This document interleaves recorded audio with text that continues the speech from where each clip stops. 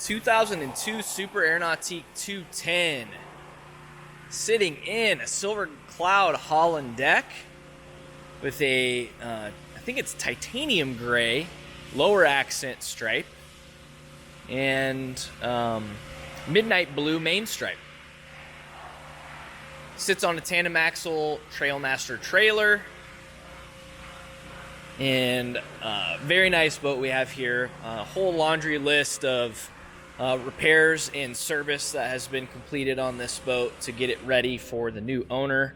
And it is ready to go in an awesome shape. So again, 02 210.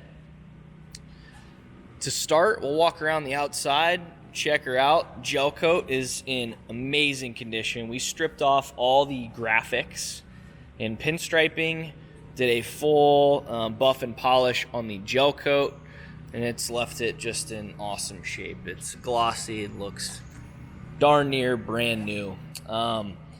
New Super Air Nautique decals on the side, which look amazing. New Air Nautique logo, and silver pinstriping all the way around. Turned out really, really good. Has a factory flight control tower with flight clips and a matching navy blue bimini top to go with it. Trailer received new tires all the way around, new bunk carpet as well, and that is all really fine and dandy and ready to hit the road. We'll walk around the bow here. Really the biggest thing to point out is there was a chip here on the chine that has been sanded down nice and flat to where it's pretty unoffensive, but there is a chip there. Pretty much all the way around beyond that is in immaculate shape. Does have a snap-on cover, and we have a little bit of remnants of dock rash and a repair here on this corner. You can see a little bit of the color there, but sanded out nicely, and it's nice and smooth now. Does have a teak platform. It's in good shape, and Super Air Nautique chrome decals on the back.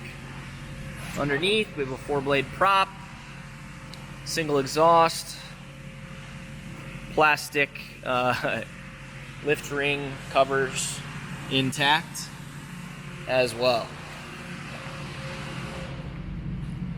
But a really pretty boat. It's going to make an awesome setup for somebody. Let's jump inside and check out the interior, and the list goes on. Take off my shoes here. All right, so we did have 8 different cushions replaced in the boat, including the full sun pad. Now, this is not a factory skin. We took this to a local shop and had them kind of try to replicate as best as they could. The biggest difference you're going to see is the pattern on this sun pad is a little bit different than what you'd see from the factory, but of a similar style. Silver cloud vinyl with the charcoal gray and midnight blue accents on the back here. And then as we step up into the interior, these seat bases all the way around were also reskinned and are in awesome shape. We left the bow alone, left the combing pads and the seat backs. Actually, I'm sorry, we did do the seat back here as well, but the combing pads and the driver's seat are all original. Sun pad looks great. We do have a ski pylon back here. And O2's had these switches to unlock your storage, which we'll open up here and reveal, maybe. There we go. Our ballast tanks. This is a 3-tank ballast system. Sorry, 2-tank ballast system on this boat. So the tank here and the tank here. It wasn't until later years you got the third one in the belly. My mistake. We'll open up the engine compartment. We have the PCM 5.8 liter high output engine, freshly serviced, fluids, filters, new impeller. We also did a full tune-up kit on this boat. Unfortunately, hours are unknown. So to get into some of the nitty-gritty details on some of the repairs we did, this is a common issue where the gauges, for the factory gauges, the control box goes out and you need to replace it with a Faria kit.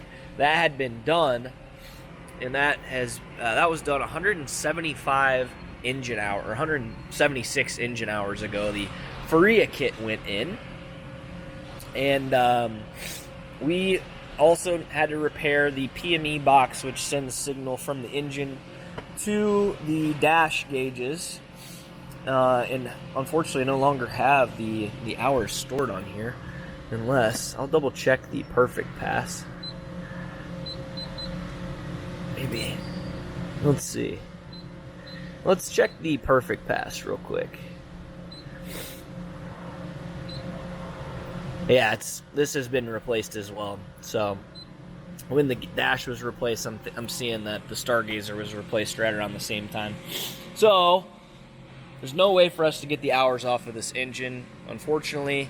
The one thing we will say is full compression tests have been completed, passed with flying colors, and we've put our time into running this boat after the repairs were done to ensure that we're putting a mechanically sound boat out to the new owner.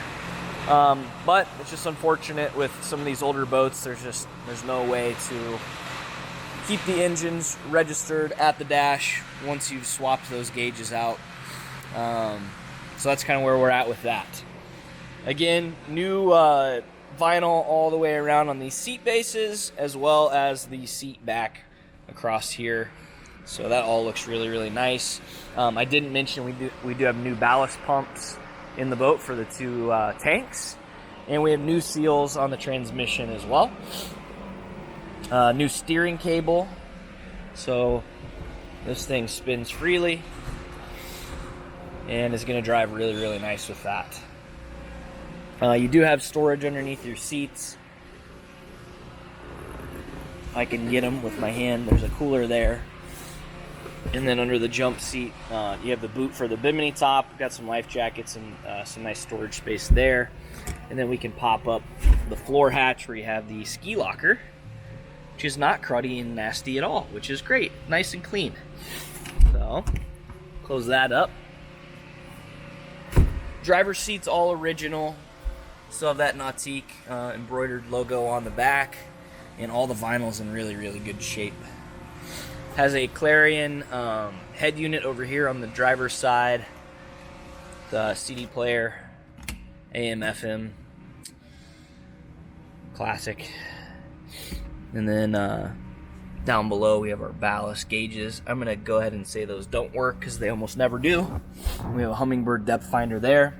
Keyless ignition on the left-hand side, and then again our new Faria gauges across the top with the Stargazer Perfect Pass on the right. Fill and drain for your ballast, nav and anchor light, blower, and so forth are all here. It does not have the hot water shower, and it does not have a heater. All new hardware around the dash pod, and then your Stargazer puck for the speed control system. I forgot to mention that the stereo has some speakers that were not from the factory, I believe, but these are Polk speakers at the bow. You have two more in the back. Nothing up top on the tower. We do have flight clips. I mentioned that earlier. Good for wakeboards and skimboards. Not so great for thick surfboards, but you'll get the job done for a lot of different things. And as we come up into the bow, all the vinyl up here was in really good shape as far as the seat bases go. Really no splits, tears, cuts, anything of that nature. We do have a couple stains here and here that are really light. And then up front, we had a little bit of mildew from where the snap cover would rest and collect moisture. So we have some spotting around this front seat base, or the front combing pad that wraps around.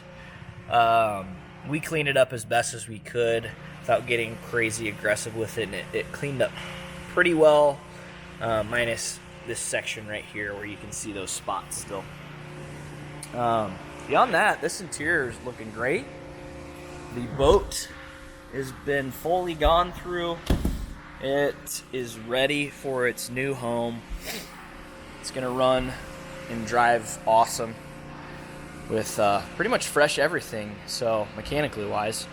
So hit us up here at N3 Boatworks if you have any questions on this 2002 Nautique 210. You can reach us at 317-845-9253. Thanks for watching.